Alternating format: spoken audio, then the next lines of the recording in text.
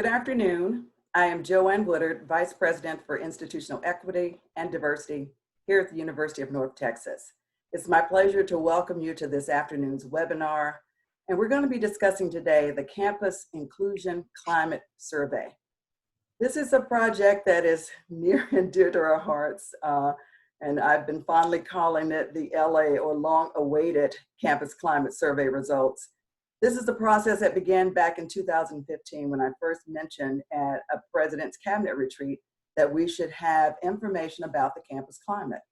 And it took us a while to form a committee and to get a climate survey instrument and to deliver that survey to the campus community. And it was quite an ambitious project. And for me, the staff remembers me calling the title of the survey tortured. Why don't we just call it the Campus Climate Survey? And I found out that when they were engaging students about their interest in the campus climate survey, the response that they got was, oh yeah, I would love to do that. I'm interested in climate and issues of global warming. So it's like, okay, that's not quite what we meant. So to make it clear in terms of what we were talking about, it was called the Campus Inclusion Climate Survey. Campus climate is often defined as the recurring patterns of behavior, attitudes, and feelings that characterize life in the university, while the university's culture tends to be deep and stable. Although culture and climate are related, climate often proves easier to assess and change.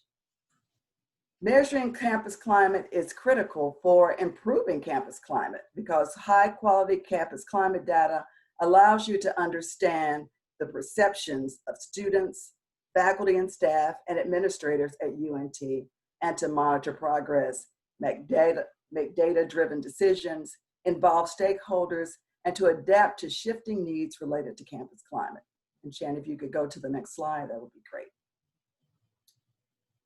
And so this next slide reemphasizes what I just said, but for us, campus climate surveys are conducted at intervals of 3 to 5 years. We've decided on a 5-year interval here at UNT, and the campus climate survey questions or items are developed in-house or provided from an external source. And so we have kind of a hybrid model here. We use the Viewfinder campus climate surveys provided by Insight into Diversity magazine, and we were able to modify that survey to meet the campus needs here at UNT. So we ended up with a campus climate survey instrument that really helped us a lot in trying to figure out what campus climate is like. And I think for a first time around, we did pretty good. Next slide, Shani. As you can see from this next slide, we got very good feedback from faculty, staff, and students. Interestingly enough, the group that responded in the largest number percentage-wise were the administrators on campus, where nearly 65 or almost 2/3 of administrators on campus completed the survey. The next largest group was staff, close to 40% at 38.6%, faculty a little under 25%, and nearly 10% of our student population provided us with data. So again, we use this data to try to help improve the campus climate, the environment, the place where people work and learn on a daily basis. And again, we understand that the results that we get from the survey are based upon people's perceptions, their experiences with how they've been treated and how they've interacted with people here at UNT. Now, without further ado, I'm going to turn you over to Shani Barrax Moore, our Director of Diversity Inclusion at UNT. Shani has been with the office since January of 2016. And probably much to her chagrin some days, one of the first assignments I gave Shani was to help develop the Campus Climate Survey instrument and to follow this process over the next, really, the next 4 years now. So Shani, please take us through the climate survey results.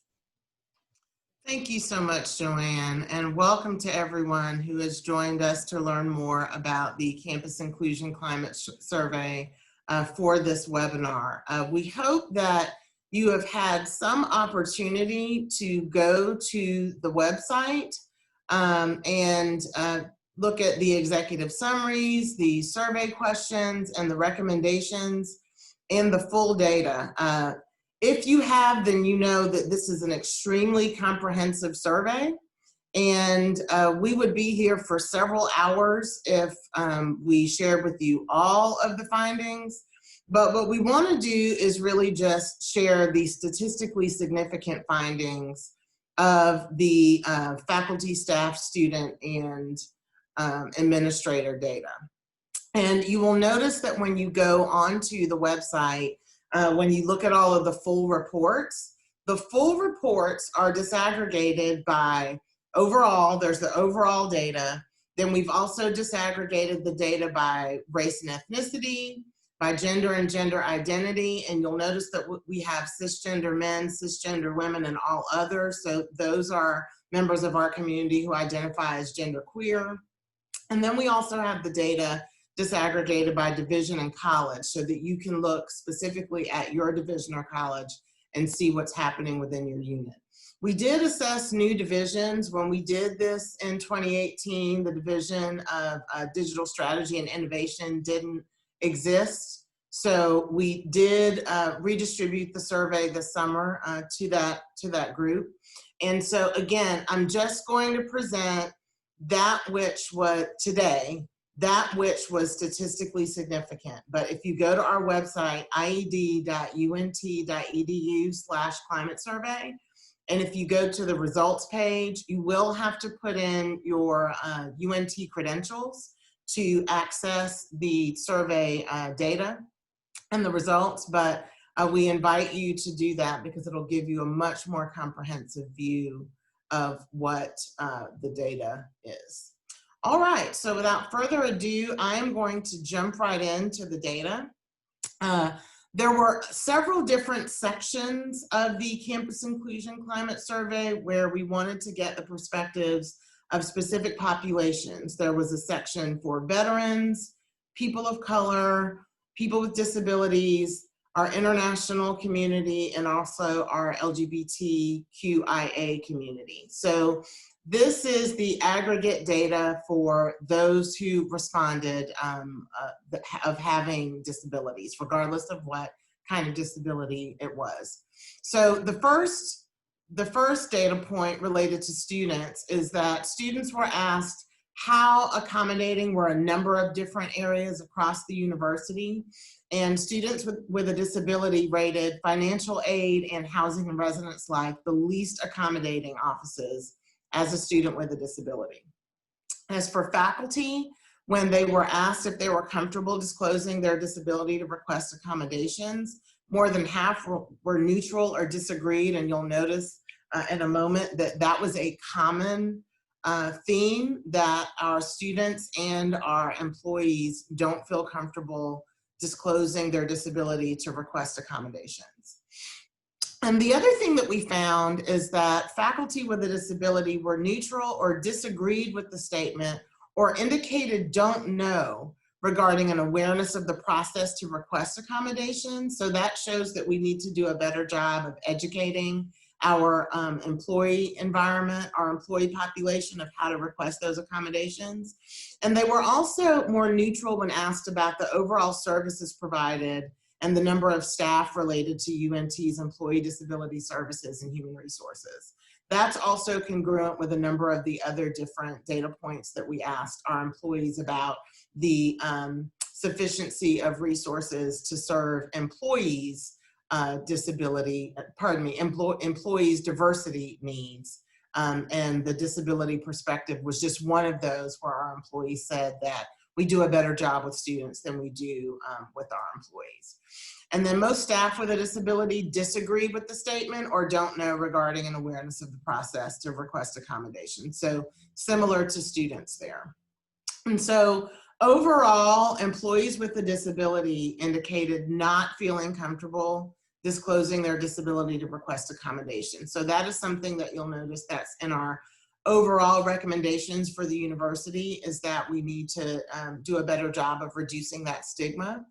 And although administrators with a disability are satisfied with human resources disability services, respondents expressed concerns regarding accommodations, specifically while participating in online training such as this and classroom training, which is, you will notice that we are trying to make more concerted efforts with having an interpreter here, that we have often noticed that it's those with visual impairments and those with hearing impairments that often have received the most barriers as it relates to accessing services for those with a disability. And our multiracial administrators reported the highest rate of disability. So again, that's an example of how we disaggregated the data based upon race and ethnicity.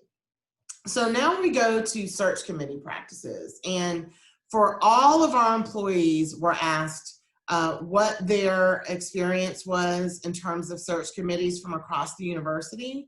And employees, that's faculty, staff, and administrators, indicated that their search committee process did not make efforts to attract diverse employees, including hosting events for future diverse employers, using pipeline programs, and accountability for progress hiring diverse employees. I will mention that we are doing a lot more, our Office of Equal Opportunity is doing a lot more search committee presentations and trainings for those that want to participate in such search committee training. And we are actually also looking into expanding our search committee learning and development sessions to talk more about bias awareness as well. Staff agreed that exit interviews should be conducted for separating staff employees. Faculty and administrators were asked that as well, but the reason that that is important is because we already do exit interviews for faculty, that I actually partner, our division partners with Faculty Success to do exit interviews for faculty. But our Vice President, Joanne Woodard, and I have actually started having meetings with and discussions with Campus Human Resources to talk about doing exit interviews for all departing employees so that we can begin to track the reasons why they are departing and the demographics, quite frankly, of who's departing as well. So here are some faculty perspectives, some perspectives that we got specifically from our faculty data. The first is that faculty were asked about whether or not the university supports teaching, scholarship, and service related to diversity, equity, and inclusion. And they indicated neutrality about that level of support, particularly as it relates to the tenure process. So that allows us some opportunities to really integrate diversity, equity, and inclusion more intentionally into the tenure process for our faculty. Interestingly, our associate professors, we disaggregated the faculty data by rank. We're actually in the process of doing that for staff right now. And our associate professors expressed more negative responses overall about UNT's climate, as compared to our lecturers, our full professors, our adjunct professors, et cetera. They expressed more negative responses overall about UNT's climate. And then also faculty of color, when we looked at that data, there was a whole section where we asked, are you a faculty member of color? Overall, they perceive being treated with less respect overall by faculty and other administrators. So those are some of the initial perspectives related to faculty. An interesting thing that we asked our employees, our faculty, staff, and administrators was whether they had considered leaving UNT and what the reasons were for wanting to leave UNT.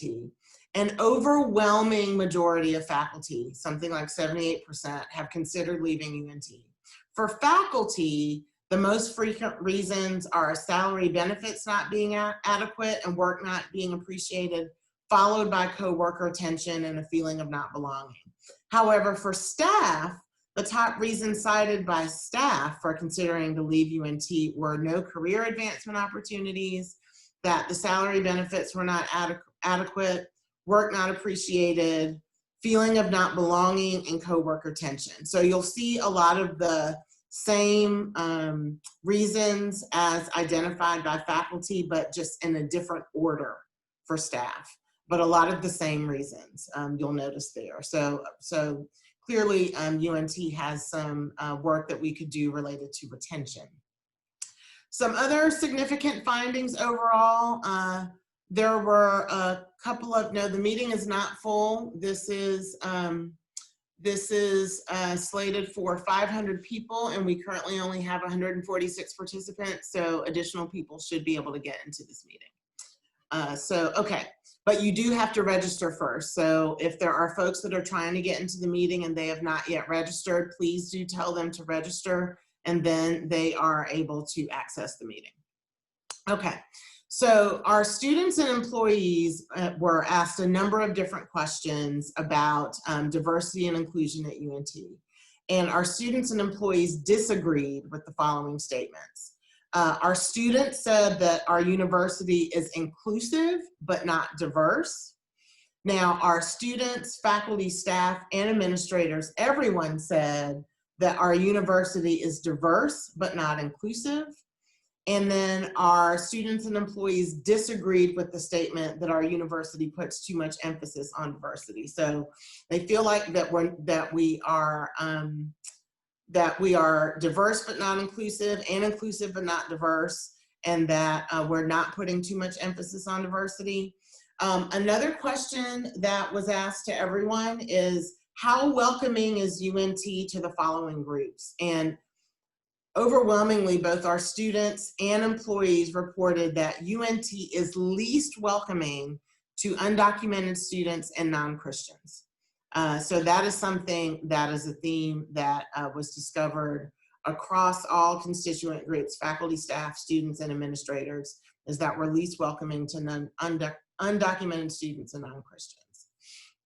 Here are some other significant findings that, and you noticed that I said this earlier, that our employees rated the resources to serve the diversity of students higher than those of serving the diversity of employees. So that's overall. So, you know, we have offices, a number of different offices for student diversity, but quite frankly, the only office that we have for employee diversity is diversity and inclusion. So employees rated the resources to serve students higher. And so we obviously have some work to do to better serve the diversity of our employees.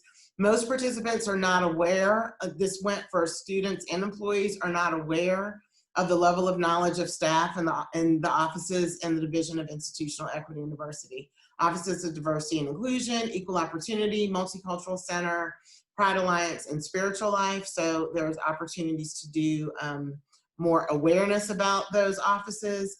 This was also a very interesting point.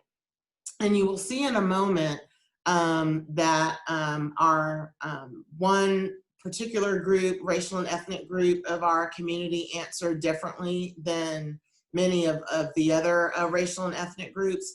But interestingly, in most cases, our Hispanic and Latinx students and employees responded similarly. Their responses were similar to those of Caucasians and whites. And for example, for our faculty respondents, 47 of our faculty Hispanic and Latinx respondents did not identify as a person of color. So it very well could be that because most of our Hispanic and Latinx employees, at least from our faculty perspective, didn't identify as a person of color, that might also be the case with our students.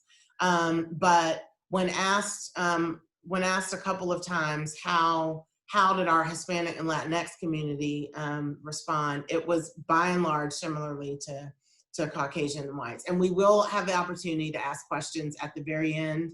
We do just want to get through all of the data, and then y'all are welcome to ask questions in the Q&A. You can also put questions in the question and answer button, and then we will know that you have questions to add, that we need to address those questions at the end.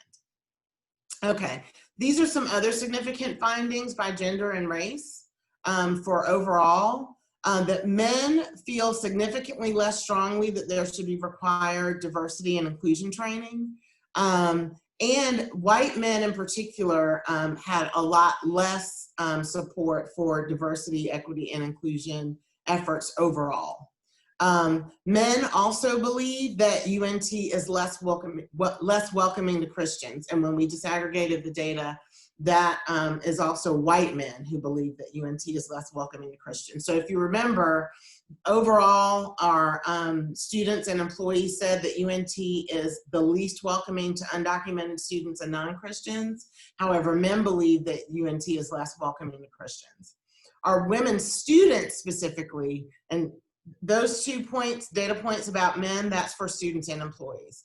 But for our women students, believe that UNT is more welcoming to Caucasians and whites than men and all other gender identities. So there are some differing perspectives you'll notice here between our gender identities as to how welcoming UNT is to different groups.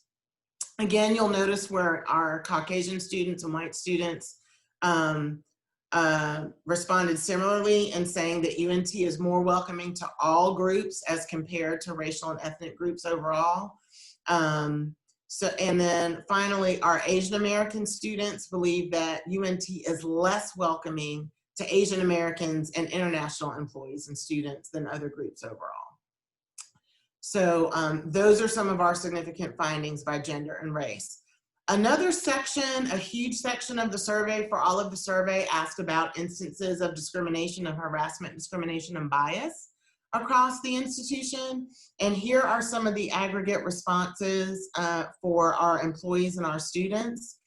About half of our students and employees have experienced at least one incident related to harassment, discrimination, and bias. And we asked them, have you witnessed or experienced these instances by race and ethnicity, gender and gender identity, age, etc. So about half of our students and employees have experienced at least one. Most of the instances that our students and employees indicated have been horizontal. In other words, for students, it came from other students. For staff, it came from other staff. For faculty, it came from other faculty, etc. And most students and employees who experienced discrimination, harassment, and bias did not report it. That is something that we are talking about as well. And finally, the primary reason for not reporting it is that they thought it wasn't important enough or didn't think anything would happen. Our administrators, however, as we are addressing, as they were talking about their experiences with harassment, discrimination, and bias and why they didn't report it, they feared more retaliation than anything else. That was their primary reason for not reporting it. Now, interestingly, the most frequent types of harassment, discrimination, and bullying for employees harassment, discrimination, and bias. For employees is bullying and retaliation. And for people of color, both for our students and for our employees, is by race and ethnicity. Okay, so those were all of the instances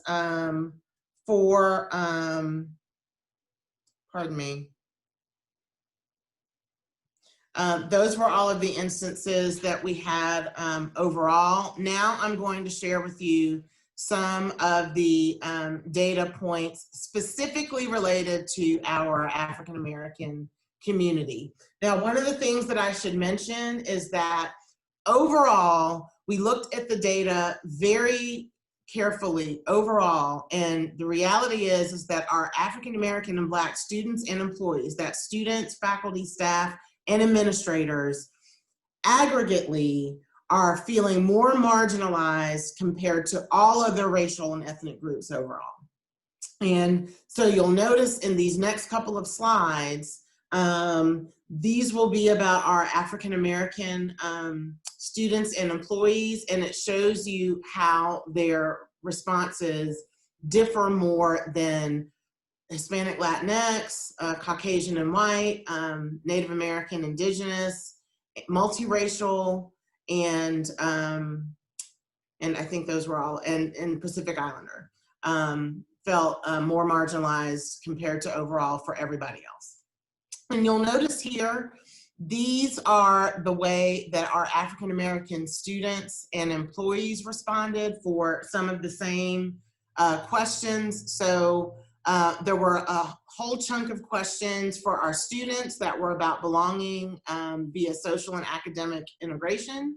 And there were a whole chunk of questions for employees about feeling respected and valued, psychological safety, and involvement. And in both cases, overall, our students and our Black African-American students and employees had lower rates of belonging via social and academic integration, and lower rates of feeling respected and valued and psychological safety. And this is statistically significant compared to all of the other groups. The same with the questions for our students. Our African American and Black students agree less overall with the statements. Diversity is a core value of UNT's mission. Inclusion is a core value of UNT's mission, and the courses I've taken actively foster an appreciation for diversity and inclusion. You'll notice similarly for employees that our African American and Black staff less strongly agree with the statement. I'm satisfied with my interactions with other employees. UNT puts too much emphasis on diversity and inclusion as a core value of UNT's mission compared to Caucasian and white and Hispanic and Latinx staff. You'll notice again that our Caucasian, white, and our Hispanic Latinx staff answered similarly for many of the questions. And that also goes for our faculty and our students and our administrators. Our African American Black staff more strongly disagreed with the statement, our university is diverse but not inclusive, compared to white staff. And you'll notice the last data point that our African American Black students reported the highest instances of racial discrimination. The same thing for our African American and Black employees, that the highest form of discrimination was race and ethnicity, followed by age, gender, and bullying and retaliation. And you'll notice here, again, our African American and Black students rated the resources and services to serve the diversity of our university as less adequate than most of the other racial and ethnic groups. The same thing with our African American and Black employees, except in this case, our Native American employees answered similarly to our Black employees that rated the adequacy of services to serve the diversity of our university as less adequate as compared to overall. Our African American and Black students believe UNT is less welcoming to all groups overall. If you recall that in the overall data, most folks thought that UNT was less welcoming just to non-Christians and undocumented students. Our Black students and employees feel like UNT is less welcoming to all groups overall. And then finally, our African American Black students reported lower levels of interaction among student racial groups than overall. Same thing with our employees. Our Black employees perceive lower levels of racial and ethnic interaction in all areas. And there were a number of different questions here about whether it's in dining halls, whether it's in classes, whether it's, or a number of different instances where we asked, how would you categorize the level of racial and ethnic integration? All of our other racial and ethnic groups think that integration is happening a lot more than our Black community does. So that's really what that data point means. A couple of other themes by race and ethnicity is that our African American and Black students reported being significantly less satisfied with need-based scholarships, available staff and faculty mentors, and available identity-based mentors than all other students of all other racial groups overall. Our African American and Black students have experienced more microaggressions on campus than Caucasian, white, and Hispanic Latinx students. You'll see again where our Caucasian, white, and Hispanic Latinx students answered similarly. They're also least satisfied with faculty. This may be as it relates to the diversity of faculty. One of the things that we've heard over and over from our Black and African American students is that they want to see more faculty that are representative of them. And so that might have something to do with why they say they're least satisfied with faculty. Our Black African American students and Asian American students want to leave UNT statistically significantly more than Caucasian white students overall. And then our Asian American students agree more strongly that there are too many expectations placed on them. Overall, that was a series of questions, but that was one of the statistically significant responses. So you all that's all of the data that, and again, this is very much condensed because we want to make sure that we get to next steps and action steps as well. And we encourage you to go to the website to access all of the data. All of the data is there, but that's what was the most statistically significant. So you all had some questions about next steps. So one of the first next steps that we're going to do is we're going to do focus groups for members of our African American community to determine the nature of marginalization. And we're also going to do focus groups for white men to find out why that's for students and for employees to find out why they support diversity and inclusion efforts far less than many groups overall. For people of color, we want to find out, particularly as it relates to that question about harassment, discrimination, and bias by race and ethnicity, what that looks like. So we'll do a focus group for that. And we're also going to do a focus group for people with disabilities to find out why they don't want to disclose to receive accommodations. We are talking about providing more services to serve the diversity of employees. One of the things that's come about in the last couple of weeks is that we're having a new neurodiversity professional network. We're adding that to our employee resource groups, that there's going to be an interest meeting for that on October 28th at noon.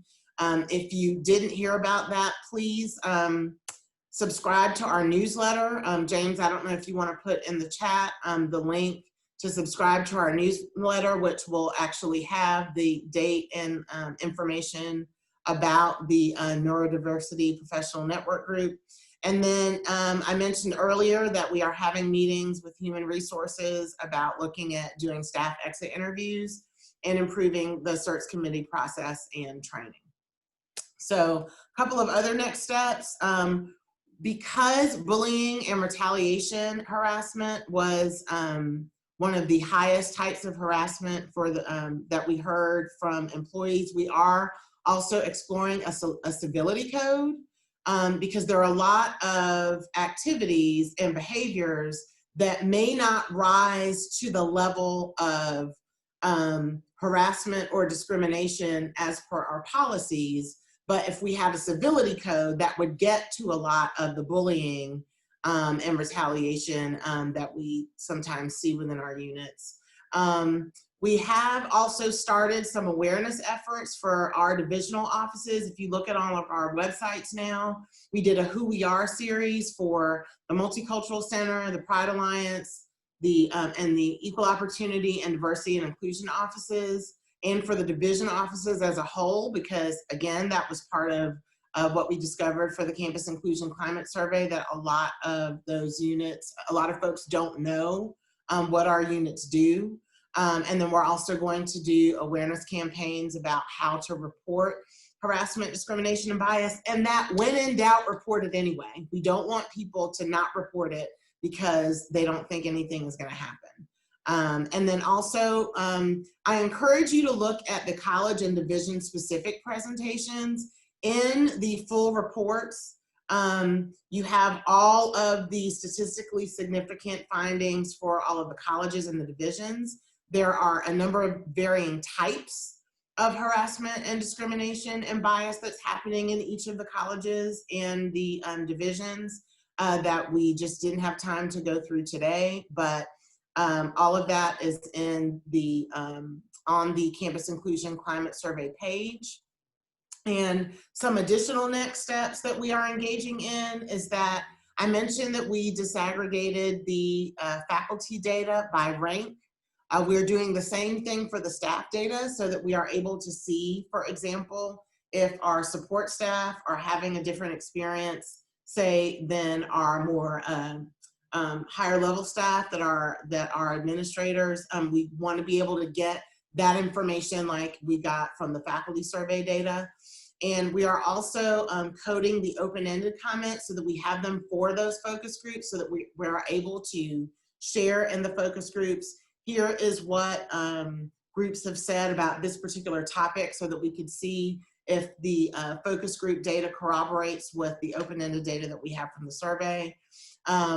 And our Vice President, Joanne Woodard, is going to talk about this in a little bit about what's happening with diversity and inclusion councils at the university level. But each unit now, both in the colleges, each of the colleges and academic affairs, and each of the divisions now have a diversity and inclusion council.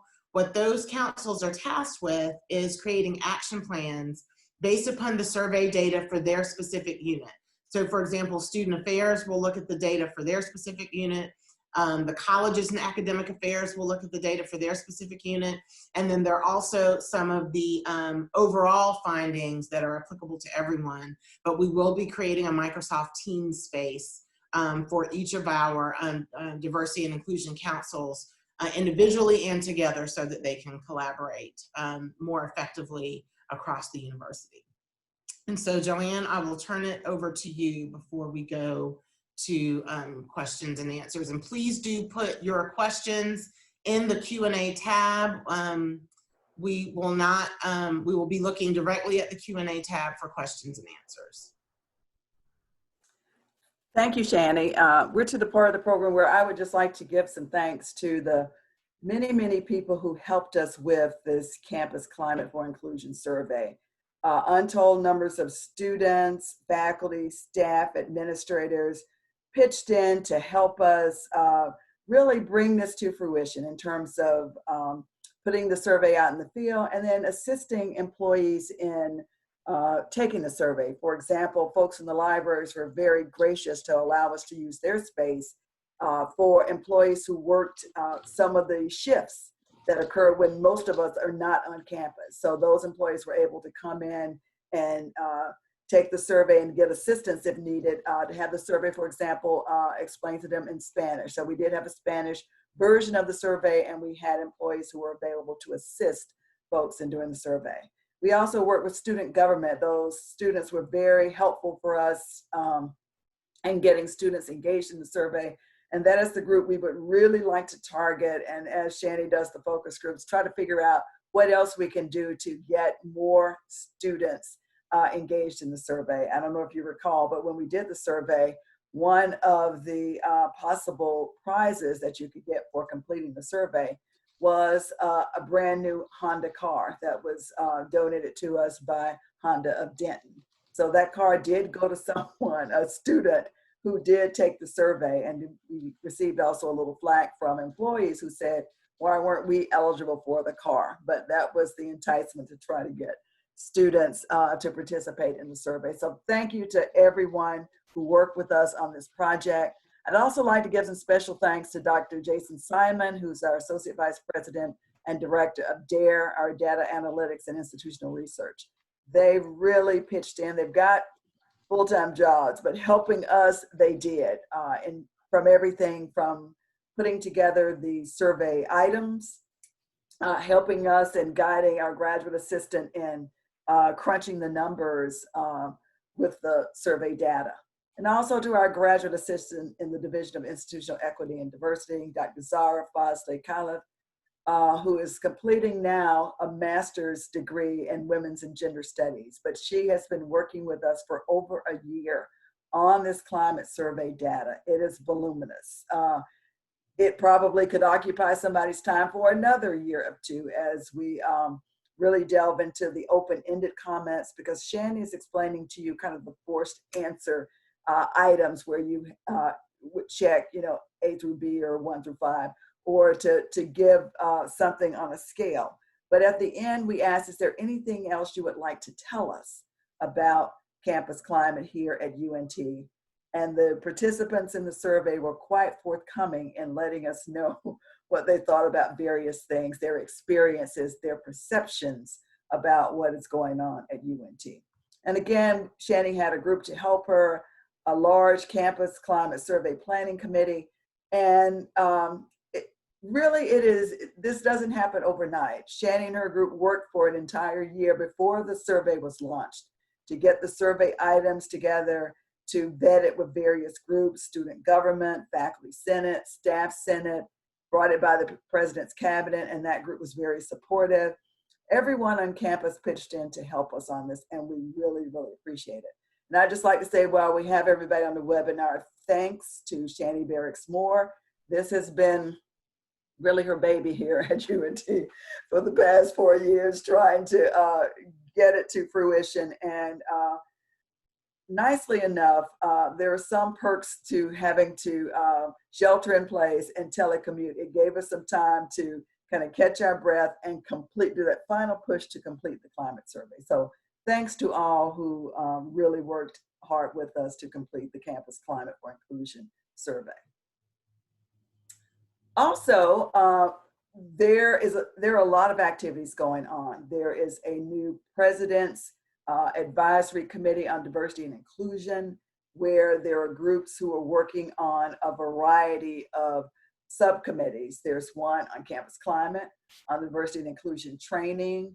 There's one on campus police. There's another on anti-racist policy. There's one looking at the recruitment and retention of faculty, as well as the recruitment and retention of students. So there are 6 committees that do the work of this large 27-member President's Advisory Board on Diversity and Inclusion at UNT. And this is a new advisory board that began this summer, and it is deep into the work. And again, one of the committees for this group is looking at campus climate, what we've done so far, what we might do in the future.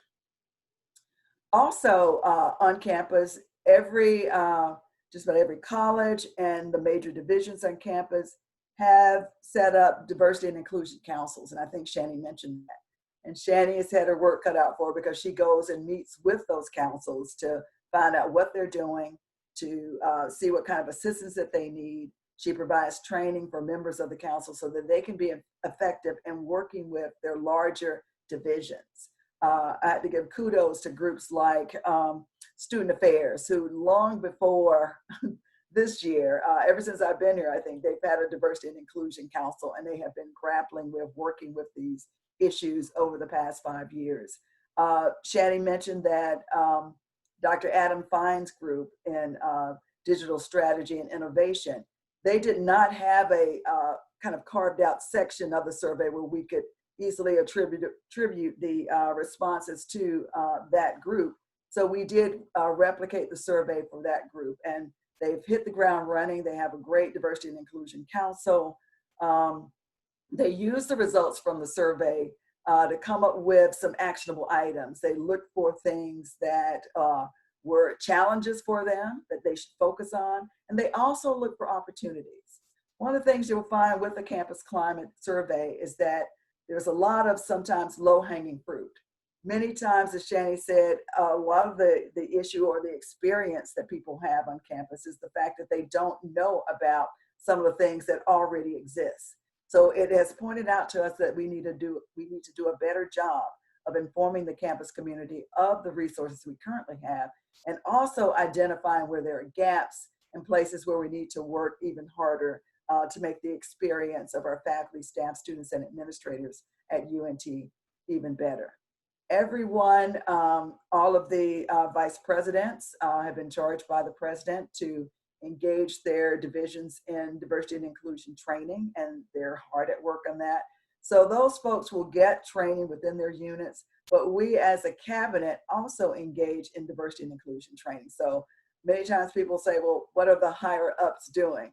We're grappling with it too. We're having difficult dialogues, critical conversations, and trying to make sure that we are good stewards and also good leaders, because good leaders really think deeply about these things and try to find things that are going to resonate and help to move the campus community and their divisions forward in an appropriate way. So everyone is hard at work, engaged in diversity and inclusion efforts on campus and equity efforts on campus. And it's really a fertile period of time, even with the backdrop of the COVID pandemic going on, where a lot of real work is going on. And again, thanks to Shani and her group, who were able to convert their trainings, their face-to-face trainings, to the virtual environment. It takes a little logistical juggling sometimes to have these breakout rooms to simulate the small group discussions that you would have in a face-to-face, a live session where you're all in the same room together. and perhaps we'll get back to that at some point in the foreseeable future. But I don't think we're going to abandon our virtual environment because it does provide the opportunity for us to reach even more people. And we've had great participation in our events, even those conducted virtually.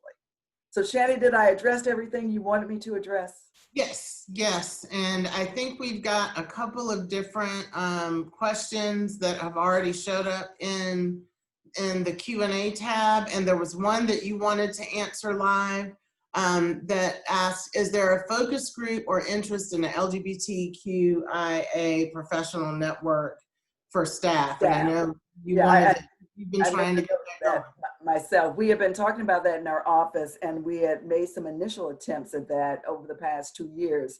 But we know that there is definitely a need and a desire to create such a group, and we're going to see if we can make that happen this academic year. There's already a faculty mentoring group focused around LGBTQIA issues, and so we would really like to extend that opportunity for professional staff members on the campus to have the opportunity to engage in such an employee resource group. Okay. And there are a couple of questions that I'd like to answer live. There's a question about whether the data can be disaggregated to the department level, or is the college level the smallest unit of analysis? Yeah, we did not disaggregate it at the department level because on purpose, because we wanted to preserve the anonymity of participants. I can't tell you how many questions we got about how will I know that this is anonymous. So it's just by the college level and by the divisional level. So, so no, it is not going to be at the department level. There was a question about, I'd like to get some general sense of the issues our LGBTQIA faculty, students, and staff are experiencing. That information is in the full report and the executive summary. We were able to get some really great demographic data for our LGBTQIA community, and there's demographic data in each of the different executive summaries for our LGBTQIA population and for our genderqueer population. So that is in the executive summaries and in the full report. So Joanne, there's a question here about what will be the accountability for the civility code. Would you like to address that? I will address that. I know it's being discussed in the anti-racist policy committee of the President's Advisory Board on Diversity and Inclusion. Let me just first say that we currently do not have a civility code at UNT.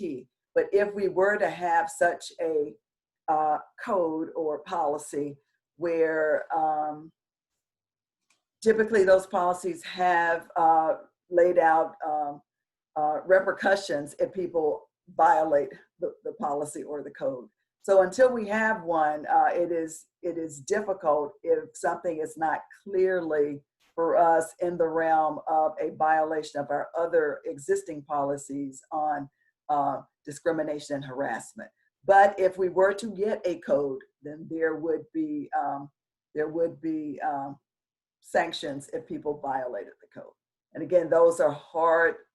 That is probably one of the more difficult dialogues that university campuses engage in trying to kind of govern behavior to a certain extent.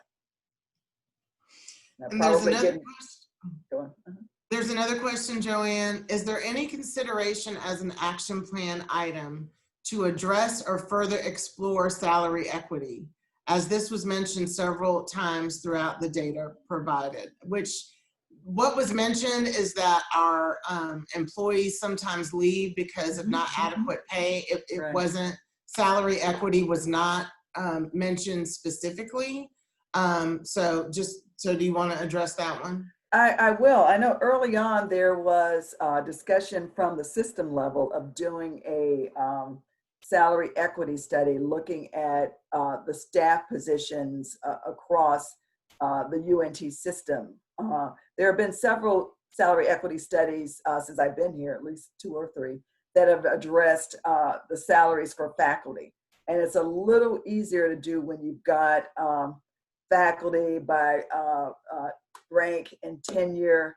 You have your those who are tenured or on tenure track, and then your non-tenure track faculty. Those are fairly clean to do. But unless you've got good data and people classified and characterized appropriately with titles, and I think we got some of that clarity when we when HR did another study about 2-3 years ago, and changed some titles and people's job titles and the kind of bands they were in shifted a bit. But yes, I will, that's a good question. I will see if I can find out additional information about where they are on that. And as we will be putting answers to these chat questions on our website, I will make sure that we include some information there about the salary equity study that was being discussed and initiated. Okay. And someone asked if the slides will be in Spanish. We have not looked at, we have not put these together in Spanish. Joanne, any thoughts on presenting this to our Spanish-speaking employees? We could get it translated into Spanish. That should not be too difficult, Shani, to do. Okay. All right. And then there's another question. Because so many people are reluctant to report instances of racism and microaggressions in fear of retaliation, will the reporting process be looked at to protect reporters? Many people I know wanted to report things in the past, but because they were told they had to give their name and the respondent would know who made the allegation in order to respond, they immediately changed their minds. Yeah. That is such a difficult situation. We do encourage people who believe they've experienced acts of discrimination to report those so that we can look into them and determine if it's appropriately in our court, so to speak, to deal with. And there also are prohibitions against retaliation. So that is one of the first things once a complaint investigation is initiated, the parties are all notified, and they are notified, given copies of the policy, and it is pointed out that you should not attempt to retaliate against the person who has brought forth a complaint. And I know that there are instances when people feel that that has happened, the retaliation, but again, if we don't know about it, we can't investigate it. If we don't, there's only so much we can do unless people are willing to come forward. And I know that it takes a lot sometimes for folks to come forward. But I think folks who have come forward have seen that we do take those situations seriously. We will investigate where warranted and complete the investigation with a finding. Or no finding if there's not a policy violation. There are, so a couple of other questions about salaries, which, someone asked, are salary equity reviews looked at by race? Typically, they are. People will, I'm probably more familiar with the faculty salary equity studies that I used to do at my previous institution. In fact, the model that was used for many years in doing those faculty salary equity studies was based upon what AAUP called the white male model. They would compare the salaries of similarly situated women and minority males to their white counterparts. With all things being equal, they look at time at rank, time since degree was earned, and all those factors would go into a regression model, and then you could figure out if people were, if their predicted salaries were lower than their actual salaries. And again, it's not as cut and dry as the data, because many times the predicted salary could be lower, could be higher than the actual salary due to performance issues. So yes, if you've been in your job X number of years, then if you were getting timely raises and that sort of thing, although I don't know if there's such a thing at UNT, getting a timely or adequate raise, but you would expect your salary to be at a particular level. But when performance is factored in, then that might have salaries being less than the predicted salary. So yes, raise, answer to the question, it's typically a factor in looking at, many times it's gender too. What are the usual two factors that impact people's salary? And we do find that race and gender are some of the big influences. And the If last there are inequities identified. And the last question, Joanne, this is kind of related to the civility code, but it's kind of a what do we do until then? There are many instances of bias and discrimination that do not meet the legal definition of discrimination, but are no less toxic and impactful. Yes. Are there other mechanisms in place to support those complaints? There are. I would always tell people to take concerns to their supervisor. And if the supervisor is the source of the issue, that supervisor. So I would follow that chain of command if there is not a clear policy or procedure currently in place for dealing with issues. I would want to get on record any issues that I was having with a particular person or situation, and particularly if I believed it was based on, if there's impermissible reasons that are currently covered by our policies, and that's one thing. But many times these skirt so closely to that, it's hard to deal with them. But I would always err on the side, and this is me, old compliance girl here. I would always err on the side of reporting it. And it's easier said than done, because I know there is real fear by a lot of employees of reporting these incidents. Okay. All right. Well, we have made it through all of our questions. We want to thank everyone for joining us for this Campus Inclusion Climate Survey webinar.